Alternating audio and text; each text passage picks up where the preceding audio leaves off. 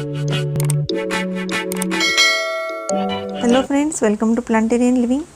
आज मैं आपको पेपरोमिया की एक वैरायटी है उसको मैं इंट्रोड्यूस करवाने जा रही हूँ। ये जो आपके सामने दिख रहा है ये है peperomia ऑब्स्टुफोलिया।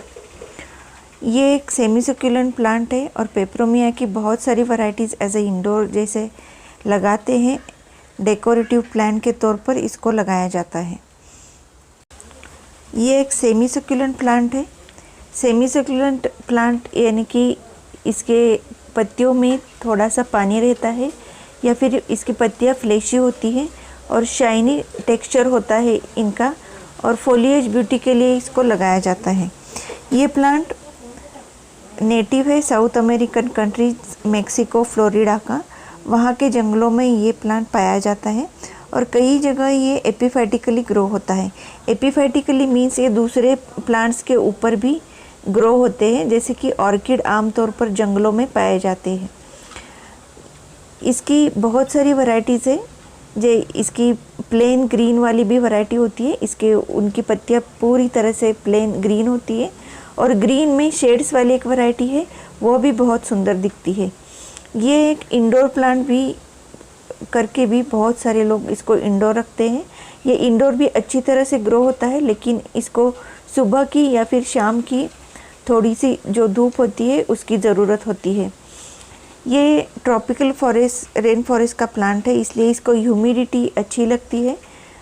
Warm humid climate in plants के लिए सूटेबल होता है।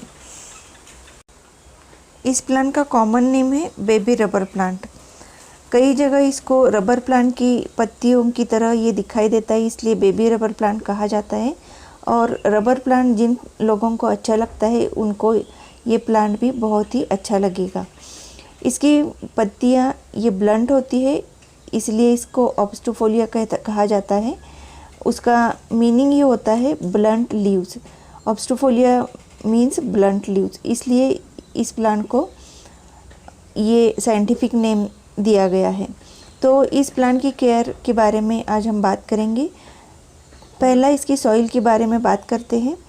अगर आप इंडोर लगाना चाहते हो तो कोई भी छोटे से पॉट में भी इसको लगा सकते हो, और इसकी जो कटिंग्स होती है उसी से ये प्रोपोगेट होता है। तो एक वेल ड्रेन सॉइल इसको चाहिए। इसके सॉइल में 30% गार्डन सॉइल, 40% कंपोस्ट और 30% आप सैंड या फिर कोई भी परलाइट ऐसा मिला सकते हो, ताकि उसकी जो सॉइल का टेंडेंसी जो है वो वेल ड्रेन हो।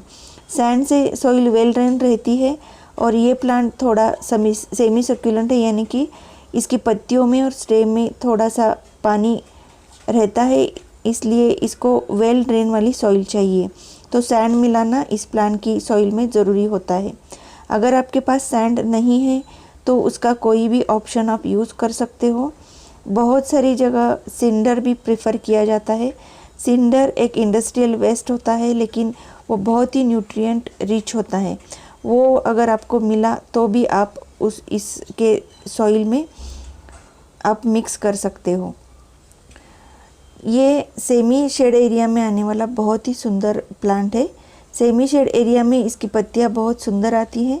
उसके साथ साथ ये थोड़ी सी धूप भी बर्दाश्त कर लेता है, यानी कि ये आउटडोर अगर आप रखना चाहते हो तो आउटडोर भी ये प्लांट बहुत अच्छी तरह से ग्रो होता है। ये प्लांट जो है ये मैंने इंडोर रखा हुआ है और इसको वेस्ट विंडो के पास मैंने रखा है और बहुत अच्छी हेल्दी ग्रोथ इसकी हो रही है। शाम की 2-3 घंटे की धूप इसको लगती है और बहुत ही एक अच्छा इसका लीफ का पूरा ये जो बंच निकल के आ रहा है वो बहुत ही हेल्दी आ रहा है। तो इस प्लांट को 2-3 घंटे की धूप सफिशिएंट है, सुबह की या शाम की। फर्टिलाइज़र के बारे में बात करेंगे तो ऑर्गेनिक फर्टिलाइज़र मैं डालती हूँ।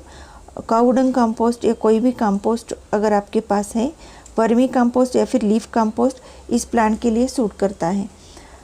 साल में एक बार आप इसको फर्टिलाइज़ कर दीजिए। बहुत ही लो फर्टिलाइज़र इसके लिए सफिशिएंट होता है। लो फर्टिलाइज़र डिमांड करने वाला प्लांट है। कम फर्टिलाइज़र में भी ये प्लांट बहुत अच्छी तरह से ग्रो होता है।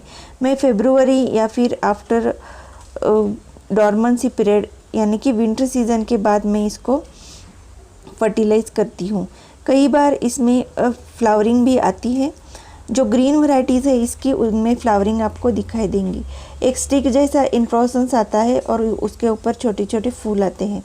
इसके सीड्स भी कई जगह पाए जाते हैं, लेकिन इसका प्रोपोगेशन ये कटिंग से बहुत ही आसानी से आता है और उसके साथ साथ इसके लीफ से भी ये प्लांट आसानी से प्रोपोगेट होता है। बहुत ही सुंदर लुक देने वाला और एक बंची लुक देने वाला ये प्लांट है। अगर आपका प्लांट थोड़ा सा लेगी हो रहा है या फिर ये एक ही तरह ज़्यादा बढ़ रहा है तो आप यहाँ इसकी टिप ट्रिम कर सकते हो और इसके नीचे की ब्रांचेस निकल के आने के लिए सहायता होती है। यानी कि जब भी आप इस प्लांट का टिप निकाल देते हो तो नीचे से इसकी बहुत सारी ब्रांचेस आती है और एक बंची लुक आपको मिलता है। अगर आप घर में रखना चाहते हो ये प्लांट तो इसका बंची लुक ही बहुत ही सुंदर दिखता है। छोटे से 6 to 8 इंच के पॉट में इसकी कटिंग्स लगाइए और ये नया प्लांट आपको मिल सकता है। वाटरिंग की बात करेंगे तो ये प्लांट सेमी सक्यूलेंट है, थोड़ी सी वाटर की स्ट्रेस बर्दाश्त कर सकता है, लेकिन जब भी आप इसको वाटरिंग करेंगे तो मिट्टी चेक करके ही आप वाटरिंग करिए। ऊपर की मिट्टी सूख जाने के बाद ही इसको वाटरिंग कर दीजिए।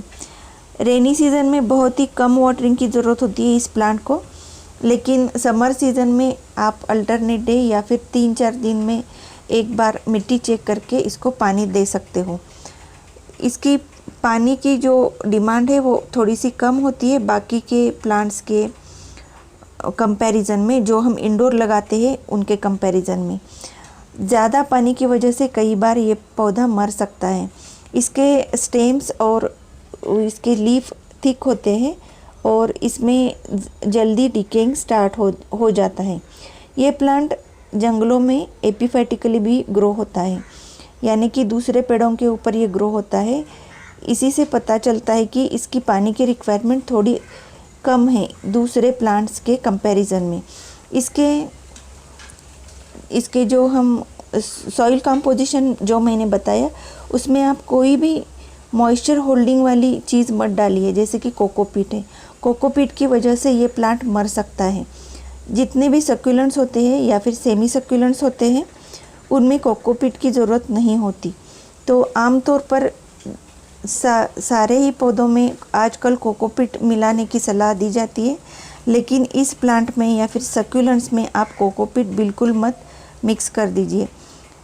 बिल्कुल मिक्स करना आप थोड़ा सा अवॉइड कर दीजिए, क्योंकि उसकी वजह से बहुत सारे प्लांट्स आपके डीके होना स्टार्ट हो जाते हैं।